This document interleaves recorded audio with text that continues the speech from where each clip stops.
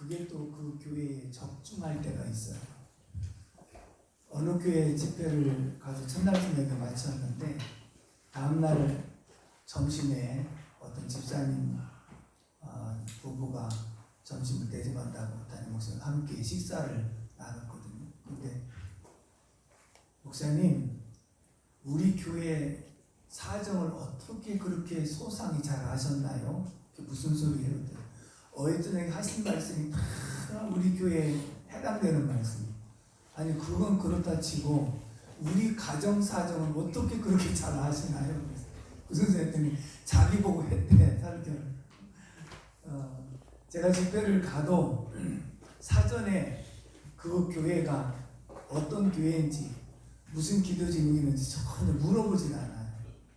오히려 알고 가면 설교하는데 괜히 선입견이라는 것을 갖게 되면 지장이 될 수 있거든요. 그렇기 때문에 일체 그런 걸 물어보지 않는데 그날 이제 성령이 말씀 생각나게 하시고 또 입술에 말씀을 물려주시는 대로 증거할 때 저보다 더 잘 아시는 성령이 역사에 가신다 하는 것을 느낄 수가 있거든요.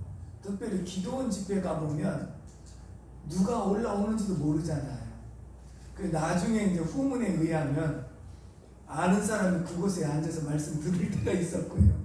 그래가지고 자기에게 해당되는 그런 말씀을 줬다 그래서 감사할 때가 있어요. 그렇기 때문에 역시 이 설교 사역은 영적 사역이기 때문에 비차가 기도하면서 함께 사모하는 마음속에 하나님의 은혜가 임하는 줄로 믿습니다. 목회라고 하는 것을 돌아보면 한마디로 요약하면 관계라고 얘기 좀 저는 해보고 싶어요. 관계. 목사와 성도와의 관계, 또 목회자와 가족과의 관계, 모든 속에서 이 관계인데 제가 이제 이렇게 칠판 놓고 설교를 많이 했는데 관계를 보면 십자가를 그려놓고 위로는 교회, 그 다음에 옆으로는 가정, 반대로는 이웃, 반대는 직장이나 학교.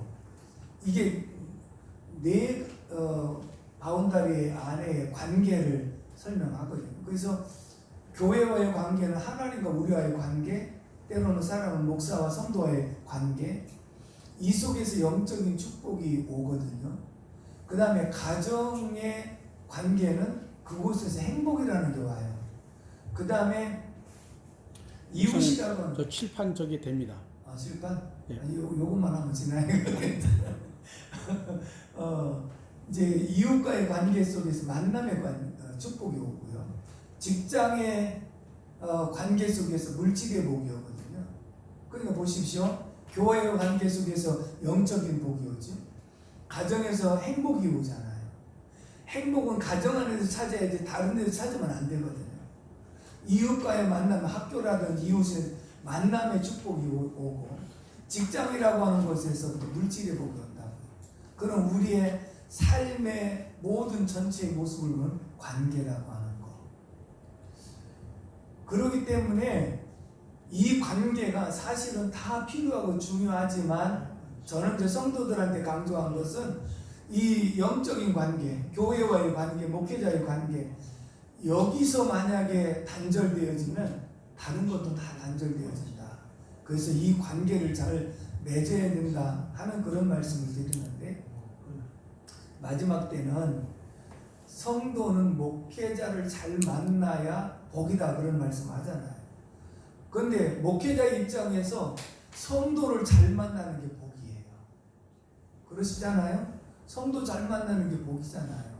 그래서 저는 한평생 사역을 감당하면서 항상 가는 곳마다 저는 행복한 목사입니다. 그런 얘기를 늘 했어요. 그 이유는 성도들과의 관계가 참 행복했거든요. 그러니까 저는 어디 가든지 행복한 목사다.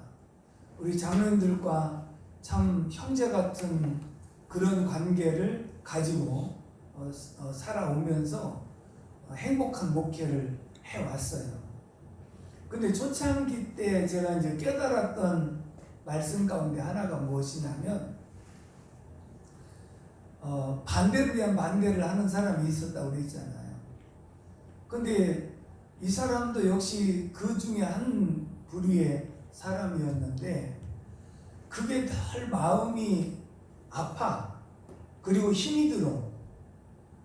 이제 쌍꺼풀 중에 하나의 코피인데, 그래서 한 번은 이 문제를 가지고 도저히 내가 목회하기가 힘들다 하는 생각 때문에 그 당시에는 한 달에 한 번씩 정기적으로 기도에 올라갈 때가 참 많았고, 그리고 조그마한 문제가 있으면 기도원에 올라가는 게 문제 일이고, 저녁에 철야하면서 기도하는 게 그게 이제 하나의 일처럼 되어졌던 상황이잖아요.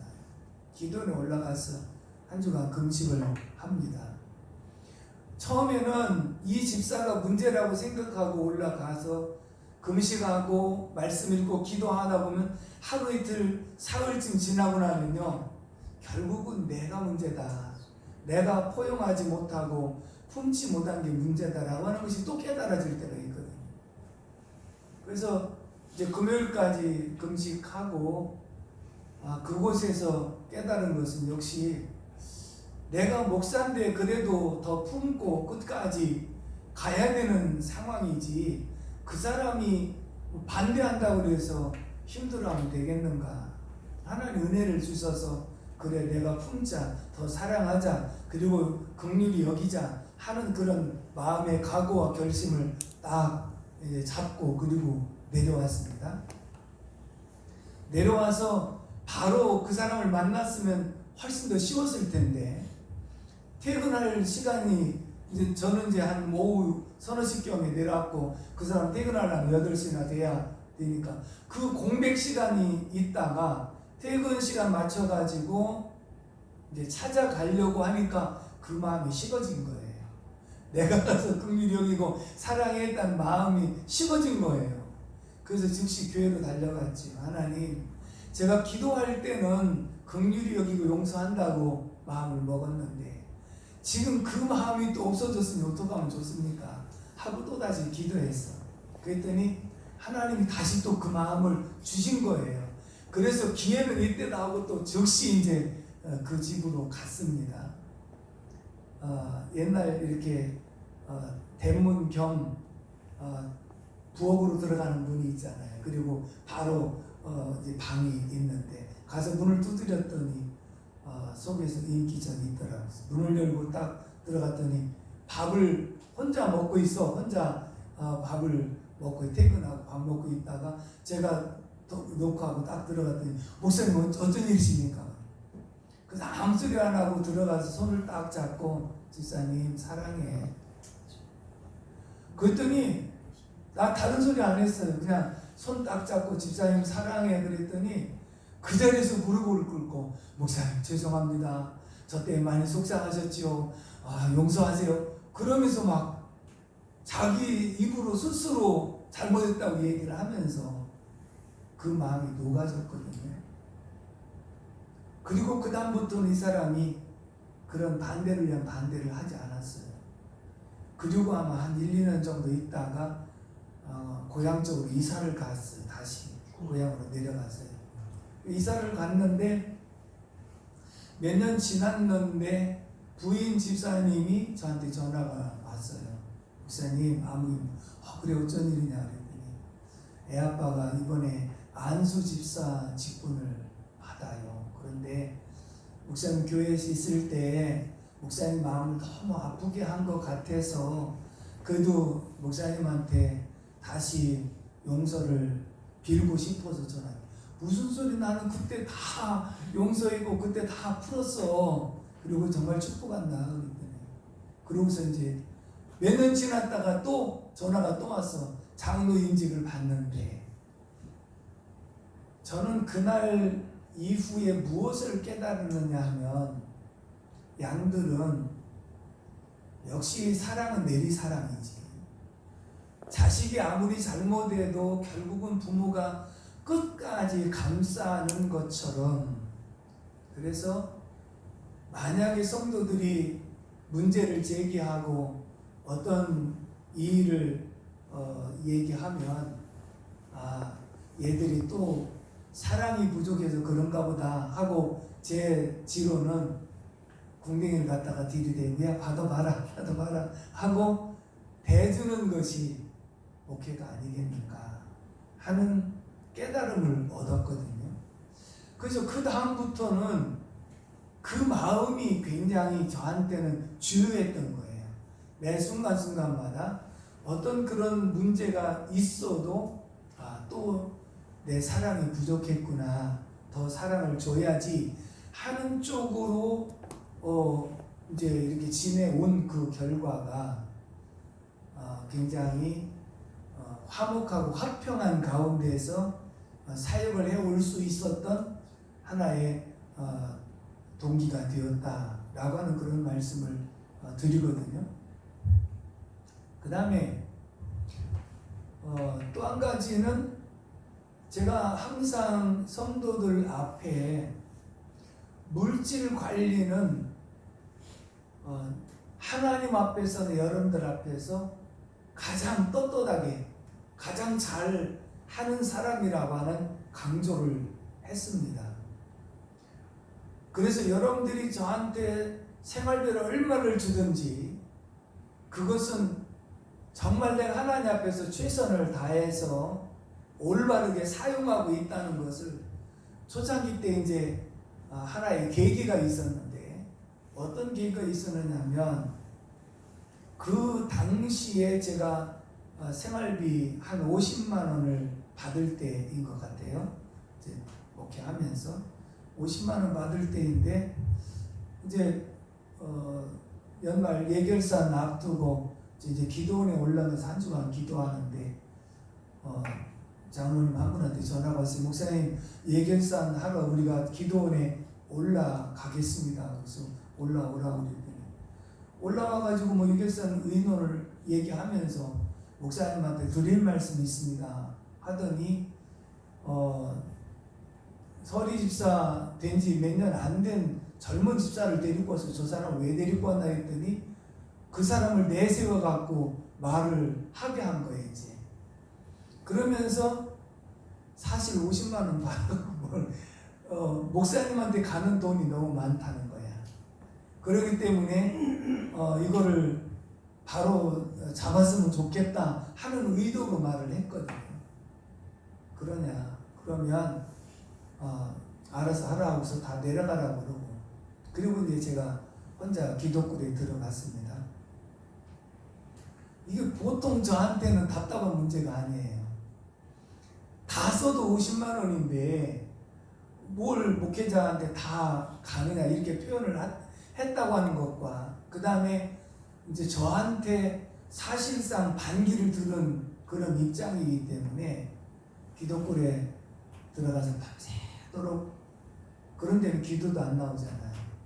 그리고 정말 답답하고 힘들고 그래서 엎드려서 기도하다가 그런 기도를 했어요. 하나님, 나 저 사람들하고는 목회를 도저히 못할 것 같아요.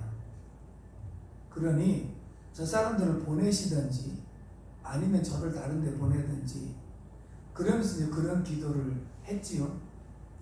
그런데 아니면 저 사람들을 잘못된 것을 깨닫게 하든지 징계를 하시든지 라고 하는 혈기 속에서 기도를 했던 거예요. 한 달쯤 기도를 해도요 아무런 반응도 없고 변화도 없고 저만 답답한 거예요. 그러다가 어느 날 기도하는데 제 마음속에 그렇구나, 역시 저 사람들도 사랑이 필요한 대상이구나. 그래서 제 마음속에 하나님 저들을 긍휼히 여겨주십시오. 그리고 제가 저들을 진심으로 사랑합니다. 사랑의 마음을 주셨어요. 그래서 제가 이제 사랑하고 축복하고 그렇게 기도를 했어요. 그랬더니 얼마 안 있다부터 주동했던 세 사람이 이제 문제가 생기더라고요. 한 사람은 교통사고 내가지고 구속이 됐어. 또 한 사람은 회사에서 일하다가 고압전류에 합선이 돼가지고 죽다가 살아났어. 한 사람은 전혀 생각지도 않았던 눈에 이상이 생겨갖고 굉장히 힘들어했던 모습. 저로서는 그 사람들을 징계했기 때문에 어떤 일이 되었다는 의미가 아니라 제 마음속에 그들을 미워하는 마음을 가지고 있을 때는 하나님 역사를 안 하시고, 그 이유가 뭐냐면 저들을 통해서 나를 다듬고 훈련시킬 부분이 있었어요.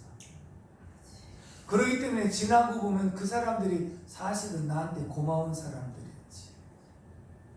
개척교회 때 왜 유별난 사람들을 보내시느냐 하면 내가 다듬어야 될 부분이 많이 있기 때문에 그런 사람들만 보내셨던 그런 부분이었거든요. 그래서 결국은 제가 그들을 용서하고 품을 수 있는 그런 마음으로 바꿔지고 나니까 하나님께서 그 문제도 해결해 주시네요. 그 다음부터 제가 이 공동회 할 때마다 칠판 놓고, 여러분 제가 한 달에 지금 생활비 50만 원 받습니다. 그러면 11조 5만 원, 감사한금 얼마, 그 다음에 주일원금 얼마, 건축원금 얼마, 그 다음에 쭉 헌금 내역 쓰는 것을 다 보고를 했다고요. 왜 그러냐면 성도들을 생각할 때 목사님은 교회에서 성미도 드리지 무엇도 하지, 그러니까 사례비를 그대로 남는 걸로 생각하는 경우들이 많았거든요. 그래서 사례비 쓰는 내역을 몇 년을 그렇게 공동회의 때마다 설명을 해 주었어요. 그리고 나서 한 2년쯤 지났을 때 보통 예결산을 하면 예결산 다른 것은 의논 다 같이 하고 담임 목사 사례비 책정할 때는 자리를 잠깐 비켜달라고 그러잖아요. 그래서 이제 다른 데로 이제 옆방으로 가려고 하는데 장로님 한 분이 목사님 가시지 마세요. 왜냐하면 사실은 내가 다른 방에 가가지고 빨리 오시라고 하면 굉장히 반가운 소식이거든요. 그런데 시간이 지나도 안 오면 내리느니 올리느니 깎느니 뭐하니 자기들끼리 의논이 분분하기 때문에 사실 마음이 안 편한 거예요. 근데 아예 다른 방으로 가시지 말라고 하더라고요. 그러면서 하는 말이, 목사님 그동안은 저희들이 잘못 생각을 한 것 같아요. 왜냐하면 목사님의 씀씀이를 우리가 모르는데 우리가 이만큼 드립니다 하고 책정해서 드리는 것이 바람직하지 않다고 생각을 합니다. 그래서 목사님께서 한 달에 이렇게 좀 필요하다라고 하는 말씀을 해주시면 우리가 거기에 순종하는 것이 맞다고 생각을 했습니다. 그러냐, 고맙다, 그렇게 여겨주니 고맙다. 그래가지고 제가 생활비는 얼마가 들어가고 애들 학비는 얼마가 들어가고 또 활동비는 이 정도는 있었으면 좋겠다 하고서 이제 그런 목사님 저희들이 그래 순종하겠습니다. 아주 아마 개척하고 한 6, 7년 됐을 때부터 제 생활비는 제가 정했어요. 그래가지고 이렇게 마무리할 때까지 그렇게 했거든요. 그랬어도 전혀 이해를 다 하죠. 오히려 그러다 보니까 오히려 제가 올리지 못할 때가 더 많았죠. 그래도 일단은 내가 필요한 것을 말씀을 이제 하고 그리고 거기에 따라서 이렇게 생활을 해 올 수 있었다는 점을 이제 말씀을 드리고 싶은 것이고, 왜냐하면 대체적으로 보면 이제 그런 문제 때문에 사실 교회에 갈등이 생기게 돼 있거든요. 그럼 저도 사실은 이런 프로그램을 진행하는 것도 저도 그런 시행착오를 겪으면서 이것을 극복한 얘기를 후배들에게 해주고 싶은 거죠. 그래서 지금까지 이제 그런 식으로 해왔고, 또 한 가지 결정적인 계기는 제가 기도원에 한번 또 올라가서 이제 금식하니까 금식하면 할 일이 없잖아요. 그래서 성경 보고 기도하는 시간을 많이 갖는데 오후에 이제 금식하고 오후 시간에 한 서너 시경이 된 것 같아요. 방에서 성경을 읽고 있는데 열왕기상 17장에 보면 사르밧 과부의 얘기가 나오잖아요. 근데 그 말씀을 읽으면서 자, 평소에도 읽었던 말씀, 설교도 했던 말씀, 들었던 말씀인데 그날 제 마음속에 의문이 막 자꾸 생기는 거야. 엘리야가 불의 사자고 능력의 사자인데 그날따라 엘리야가 너무 사꾼 목자 같아. 그래서 내 마음속에 의문이 막 일어나서 혼자 씩씩거리고 있는데 성령이 내 마음속에 이 목사야, 그러면 너 같으면 어떻게 했겠냐? 저 같으면요, 있는 거 뭐 가져다가 그 집 굶어 죽지 않게 하려고 밀가루도 팔아 주고 그랬을 것 같습니다. 그러냐? 그리고도 부족하면 다른 데 내가 가서 얻어서라도 그 가정을 살렸을 것 같습니다. 그러면 그렇게 하는 너는 선한 목자고 그곳에 가서 가루 한 움큼 남아서 떡 만들어서 내게 가져오라고 말하는 엘리야는 사꾼 목자 같으냐? 제가 볼 때는 사꾼 목자 같습니다. 이제 혼자 성령과 지금 감히 그런 무언의 대화를 나누고 있거든요. 그랬더니 갑자기 성령이 내 마음속에 야, 미련한 놈아. 그 제가 미련한 놈인 거 그때서 알았어요. 야, 미련한 놈아. 내가 내 종 엘리야를 가난한 그 집에 보낸 것은 얻어먹으라고 보낸 줄 알아. 그리 시냇가에 숨어 있을 때 까마귀를 통해서 떡과 고기를 날라다 먹이신 하나님이에요. 근데 내 종 한 사람을 못 먹여서 그 집에 얻어먹으라고 보낸 줄 알아.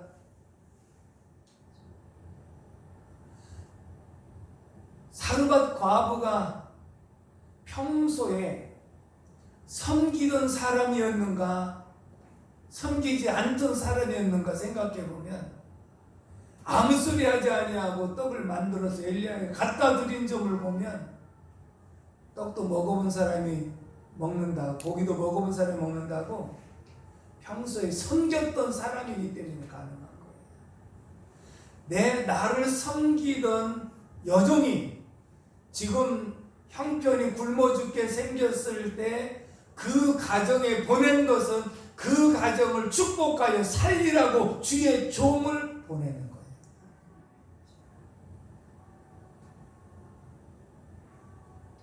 너는 성도의 가정에 갈 때 얻어먹으려고 가냐?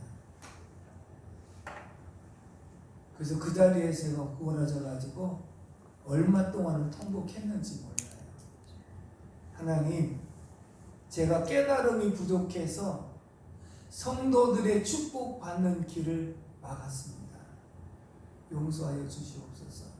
왜냐하면 성도들이 목사님 양보감을 해드리고 무슨 소리야, 너희도 어려우면서 너희들 나중에 돈 많이 벌거든 해라 하고 사양하고, 봉고 타고 다닐 때인데 목사님 승용차 한번 해드리고 싶은데요, 쓸데없는 소리 하지 마라.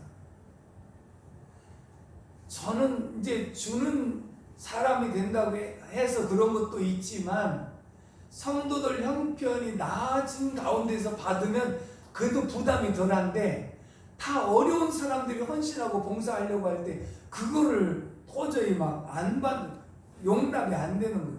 그래서 제가 그런 걸 이제 안 하려고 했던 그런 일들이 참 많았거든요.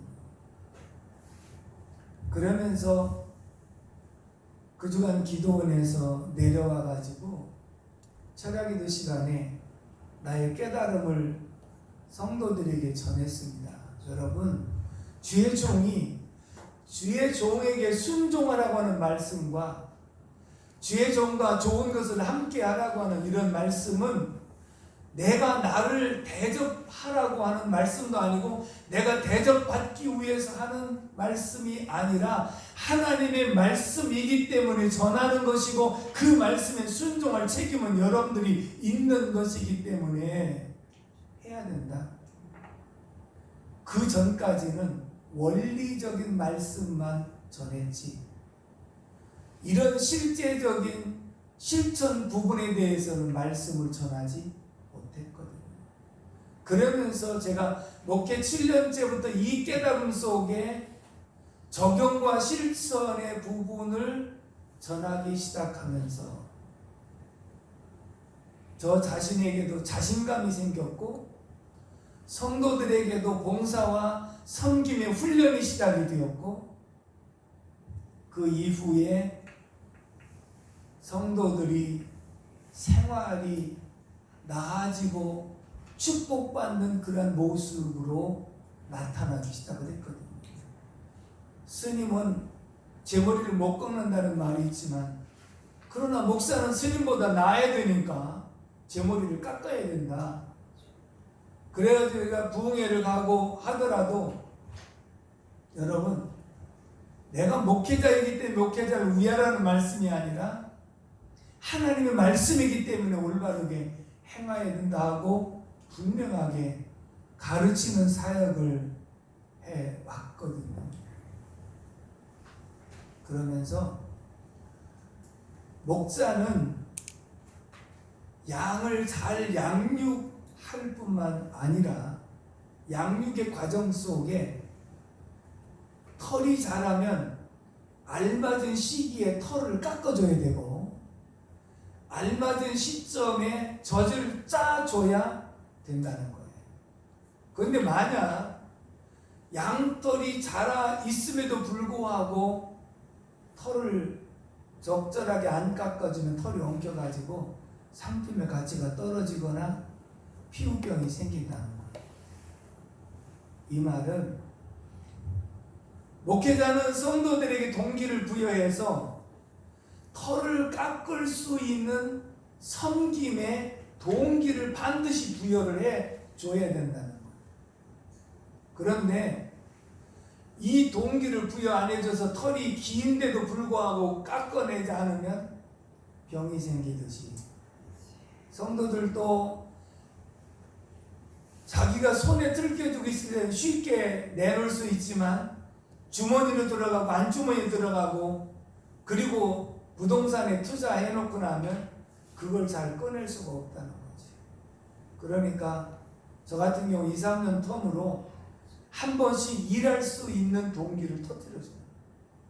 그래서 이렇게 적절하게 헌금을 할 수 있도록 털을 깎아주는 역할도 목회자가 해야 될 일이고 젖도 제때에 안 짜주면 젖이 몸살을 하게 되고 그러기 때문에 주인 대신 하나님이 보실 때 양들을 잘 양육해서 털을 깎아서 젖을 짜서 주인에게 이문을 남기고 영광을 돌리면 목자가 잘한다고 칭찬하는 그런 부분이 있다는 거죠. 신학교 1년 후배가 나이는 저보다 많았는데 고등학교 교사를 하면서 개척을 했어요. 개척을 했는데 가끔 우리하고 만나면 자랑을 했어요.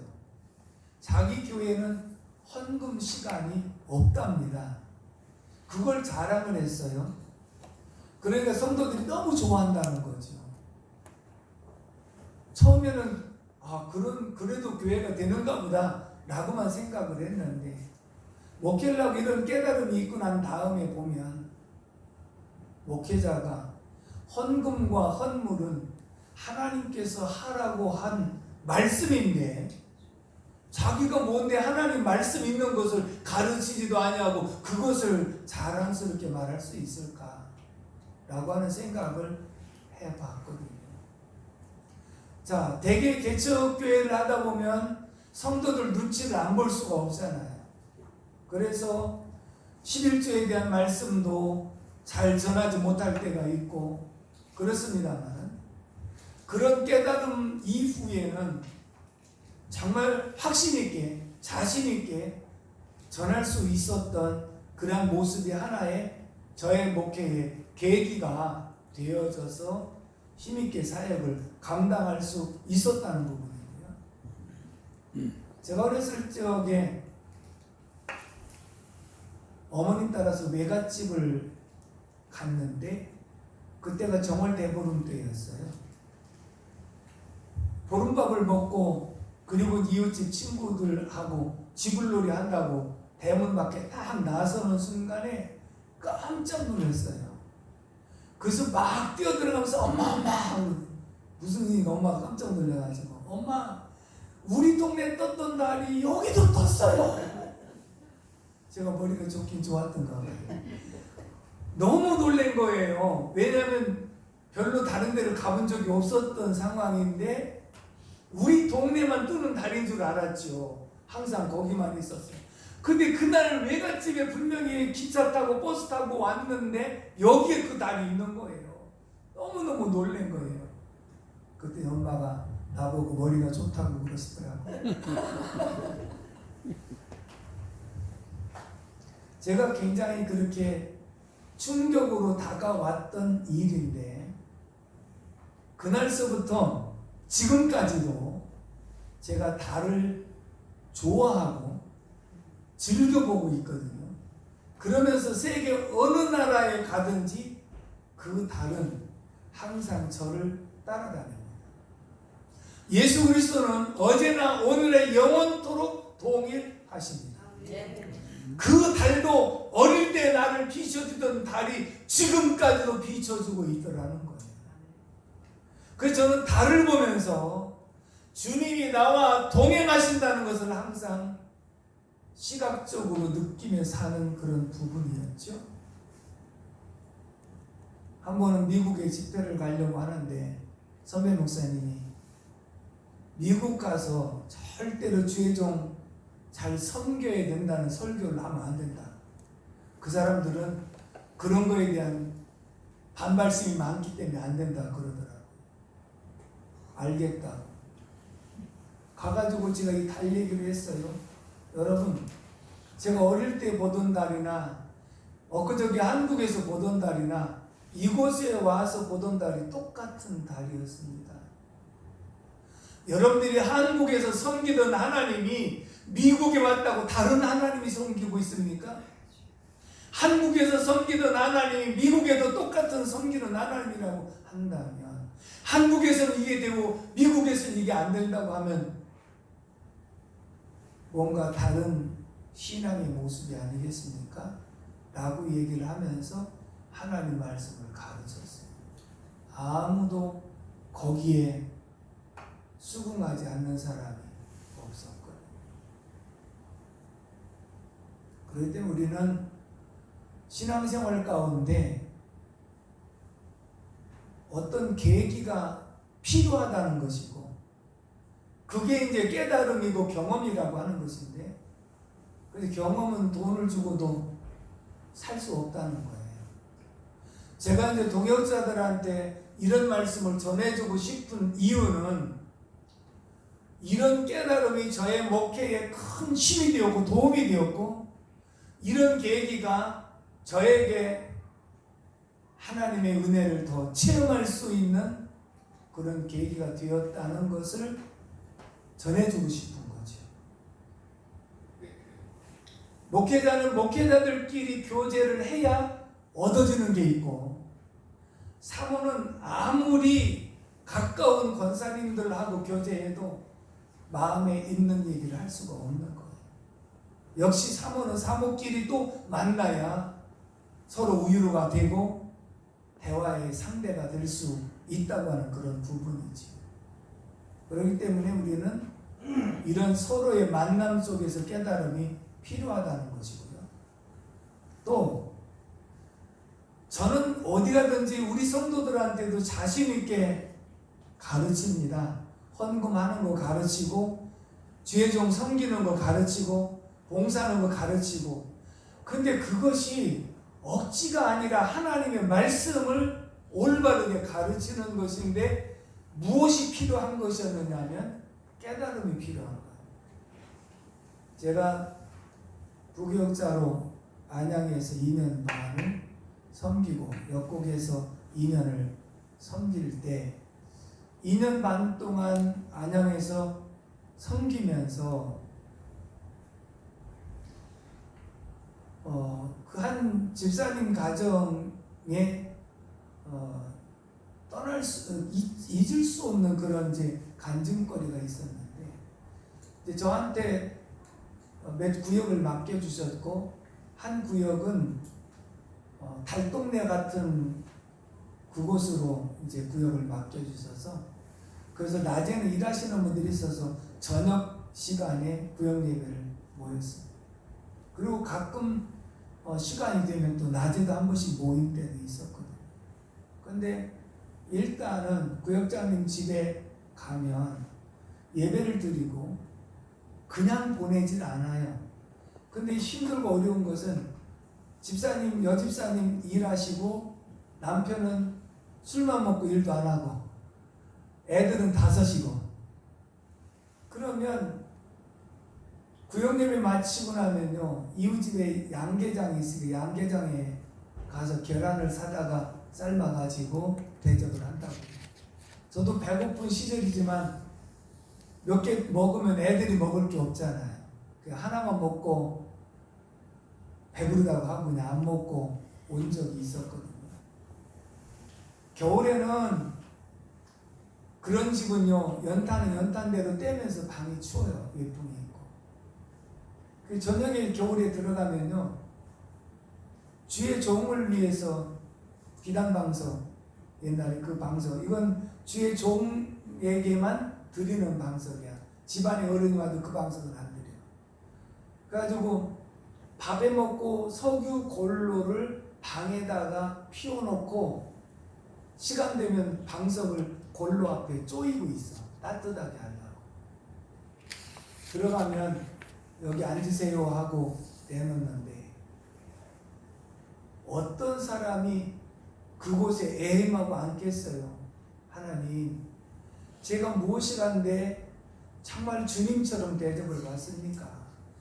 주의 종을 주님처럼 생각하고 대접하는 이 아름다운 마음을 하나님 받으시고 이 가정에 복을 주세요 하고 축복기도 저절로 나가잖아요. 그 다음에 또 계란이라도 삶아서 내놓으면 축복기도 하잖아요. 여름에 어떤 낮에 드릴 때가 있었고, 그러면 이웃에서 무슨 과일도 뭐 토마토나 이런 거 사다가 대접할 때도 있는데, 하루는 전사님 조금만 계세요 그래요. 근데 안 와서 그냥 방에서 이제 마루로 나왔더니 뭐 하나 보니까 옛날 수동 펌프 있잖아요. 수동 펌프 물을 금방 따르면 쇳농내가 나요.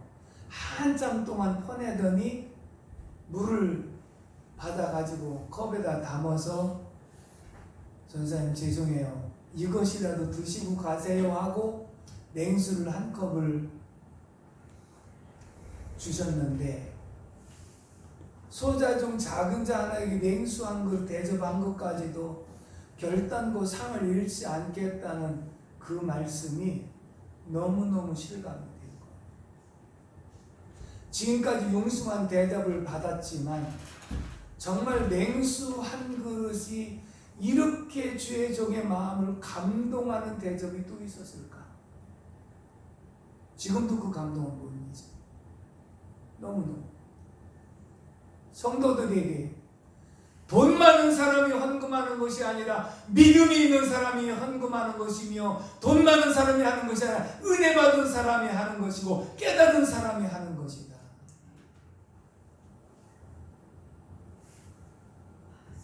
그곳에 버스를 타고 50원이었어요. 버스. 그분도 이제 월급 받을 때 같으면 1,000원짜리 또 1,000원을 갈 때 교통비 하라고. 저는 또 받는데 익숙하지 않아가지고 또 그걸 놓고 오고, 그럼 따라와가지고 주머니에 넣으면 또 그게 이제 끝나고 나서 서로 일상이었거든요. 그러면 어떤 데는 낮에니까 25분 버스 배차가 됐거든요. 그러면 또 이 정류장까지 와가지고 넣어주면, 그러면 이제 그걸 받아가고 타가지고 버스 문 열고 집사님 가져가 하고 또 던지고. 왜? 받는데 익숙하지 않고 그 가정의 어려운 걸 잘 아니까 그거 받는 게 부담스러워. 어떤 때는 전사님 참 죄송해요. 없어서 그 100원짜리 동전 하나를 주시고 그거를 받아가지고 주머니에다 넣고 다 내릴 때까지 만지작 하면서 하나님 이 가정에 정말 복 좀 주세요. 여러분 지금은 도서비하라고 100만 원을 주는 사람도 있지만 그때 100원 동전의 감동을 못 잊어요. 비교가 안 돼요. 융숭한 대접을 받지만 냉수한 그릇 대접받은 그 감동을 잊어요. 저의 이런 깨달음 속에 확신 있는 말씀을 전할 수 있는 것은 주의 종이 여러분들 가정에 가는 것은 대접받으려고 가는 것이 아니에요. 얻어먹으려고 가는 것이 아니에요. 주님 말씀하시기를 너희를 영접하는 자는 나를 영접하는 것이며 나를 영접하는 자는 나 보내신 이를 영접하는 것입니다. 주의 종이 가정에 갈 때는 그런 정도의 담대함이 있어야 되지 않느냐. 지금 나는 하나님의 사자로 주님이 보내셔서 그 가정에 축복하라고 보낸 사자야. 아멘. 뭘 얻어먹으려고 가? 얻어먹으려고 목회 시작했는가? 그럼 차라리 다른 일을 하지. 왜 목회하면서 고생하는가?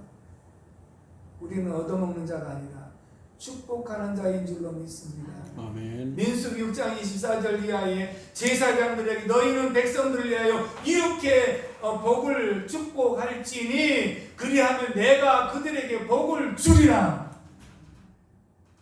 너희는 이스라엘 백성들을 향하여 평안하기를 복을 빌고 이렇게 축복하면 내가 그들에게 복을 주리라. 너희가 환자를 위해서 주의 이름으로 기름 바르고 기도하면 내가 병든 자를 일으키고 고치고 구원하리라. 그 말씀이 있기 때문에 우리가 병자를 위해서도 기도하는 줄로 믿습니다. 아멘.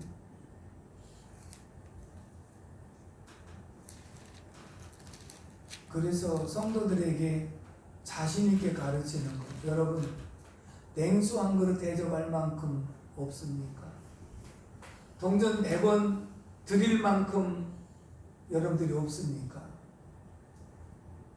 믿음이 없고 은혜가 그만큼 없고 확신이 없기 때문에 못하는 것이지 없어서 못하는 것 아니다 라고 하는 말씀을 확신 있게 가르칠 수 있었다고 하는 것이죠.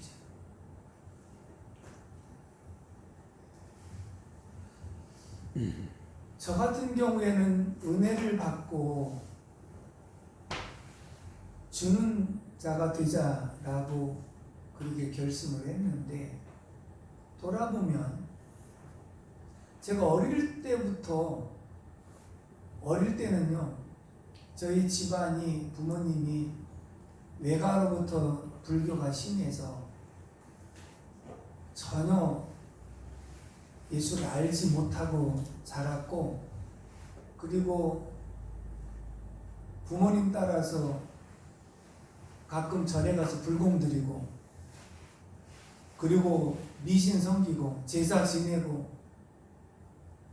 떡하면 여기에 갖다 놓고 절하고 그런 문화 속에서 성장을 했어요.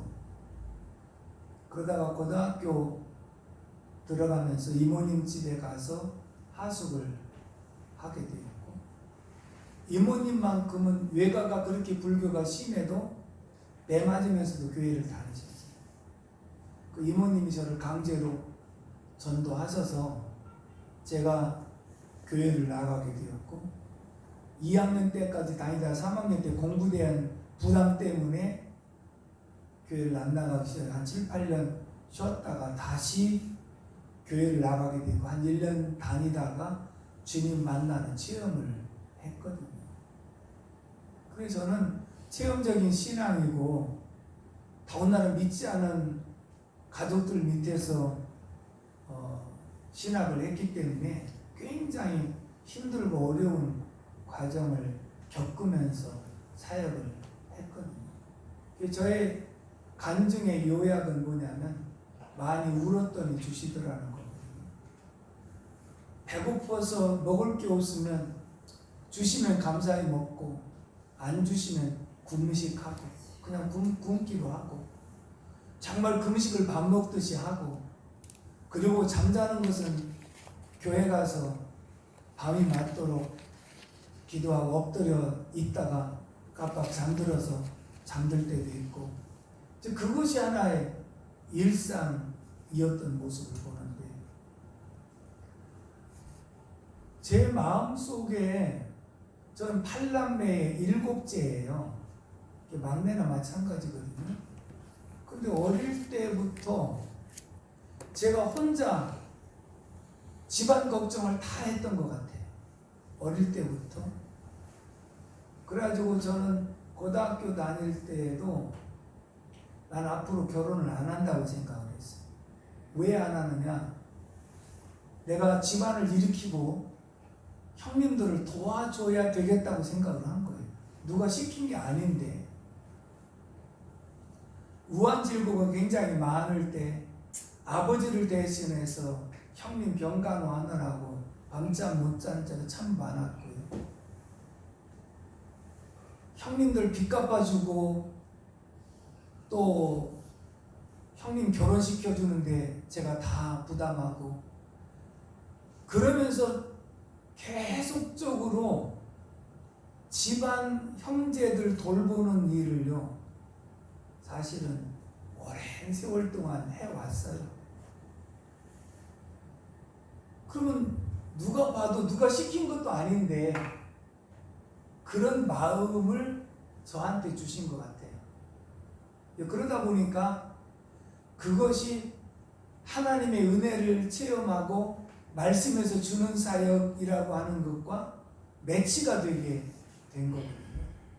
그래서 이제 그런 쪽의 사역을 감당하게 했는데 처음에는 주는 자가 되겠다고 마음을 먹었는데 신학을 가게 하시니까 사업도 접게 되고 그래서 이제 이 주는 사역은 아닌가 보다 라고 생각을 했는데 개척을 하고 교회를 하다 보니까 다시 비전이 생각이 나면서 내가 개인으로 사업을 해서 할 수도 있는 것이 있지만 교회를 통해서 할 수 있는 게 있구나 라고 생각을 해서 교회를 통해서 주는 사역을 시작하게 된 거예요. 그래서 맨 처음에 성탄절에 선물을 시골교회 나눠주고 그 다음에 첫 해에 청년 선교회를 조직해가지고 농어촌에 한 교회를 지원하고 그 다음에 후반기에 또 한 교회를 지원하고 그러면서 선교사, 농어촌 교회, 기관 이렇게 하면서 지금까지 매년 수십 교회 선교사들을 지원할 수 있었거든요. 남들이 생각하면 재정이 넉넉해서 했구나라고 생각하지만 사실은 항상 마이너스였어요. 아무리 마이너스가 돼도 선교비만큼은 어디서 빌려서라도 보내라 하는 것이요. 왜? 선교사들은 선교비가 안 들어오면 국내에서는 다른 사람, 아는 사람한테 빌릴 수도 있지만 선교지에는 빌릴 데가 없다. 그리고 교회를 건축하고 하면서도 선교비만큼은 한 번도 줄여본 적이 없어요. 매년 더 늘리고 하는 그런 모습. 그러면서 제가 드리고자 하는 말씀은 뭘 많이 했다고 하는 것이 아니라 없는 중에서 하려고 하는 마음을 하나님이 보시고 더 할 수 있는 여건을 주신 분이시지 나는 없어서 못한다고 생각했으면 나중에 돈 많이 벌면 한다고 하는 사람은 돈 벌어도 못한다. 그래서 처음부터 주는 사역이 이만큼 중요하다라고 하는 것을 좀 말씀드리고 싶었고요.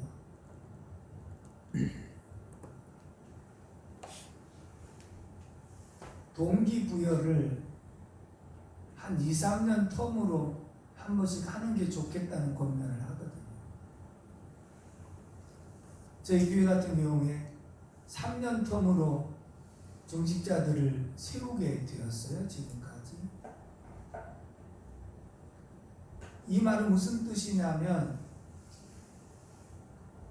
작년에 우리 후배가 한번 전화가 왔더라고. 어떻게 지내냐 그랬더니 잘 지내요. 그러면서 사실은 개척한 지도 오래됐는데 어떻게 감당하냐 했더니 월세가 100만 원씩 나간다 하더라고요. 안산에서. 그걸 어떻게 감당하냐 그랬더니 자기가 장애우 차를 아마 운전을 해주면서 그게 한 달에 100만 원씩 나온다 하더라고요. 그걸로 월세는 감당한다고. 그래 수고가 많다. 근데 너 지금 그 교회에서 얼마나 있었냐 했더니 10년 넘게 있었다고. 제가 그런 얘기를 해줬어요. 10년 넘게 한 곳에서 있으면 성도들 생각은 그곳에서 안주하는 생각을 합니다. 이곳으로 충분한데 만약에 다른 데 이전하려고 마음을 먹으면 성도들 가운데 반드시 반대하는 사람입니다. 여기서도 충분한데 왜 옮기려고 하느냐라고 하는 반대하는 사람입니다. 그런데 지금은 너무 그곳에서 안주해버렸기 때문에 한번 옮긴다는 자체가 굉장히 힘들 수 있는데 이거를 일찍이 좀 깨달았다고 한다면 이곳에서 조금 더 나은 환경으로, 예를 들면 저희 교회 같은 경우는 반을 막아가지고 반만 썼는데 나중에 한 1년, 2년 지나서 반 터갖고 의자 더 놓고, 자 우리 의자 한 10개씩 20개만 놓읍시다. 그래서 한 가정에 하나씩 합시다. 이렇게 하고 그 다음에는 뒤에 사택이 있었는데 사택 내보내고 유아실 꾸미고 이러면서 이렇게 하다 보니까 우리가 6년째 교회 지으려고 땅을 사는데 첫 번째 땅 사는 게 조금 힘들었지만 그 다음에 또 이어서 사고 이어서 건축하는데도 힘이 안 드는 이유가 뭐냐면 목사님이 기도하고 선포하시고 하자고 할 때 하니까 되더라. 2, 3년 간격의 동기를 부여하고 목사님이 하자고 한 대로 하니까 되더라.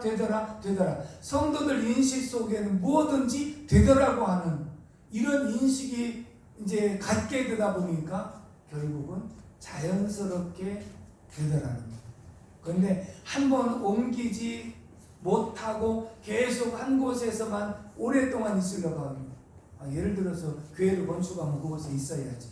그러면 건축했으면 우리 같은 경우에는 자 해외에다가 건축 한번 합시다. 시골에다 건축 한번 합시다. 그러면서 동기를 부여해주면 성도들은 기꺼이 헌신을 하는데 그게 적당한 터를 깎아주는 것과 적당하게 젖을 짜주는 결과를 초래할 수 있었다 하는 말씀. 아무쪼록 오늘은 이렇게 생각나는 대로만 지금 여러분들에게 말씀드렸는데 우리 한 20분 쉬었다 하겠습니다. 감사합니다.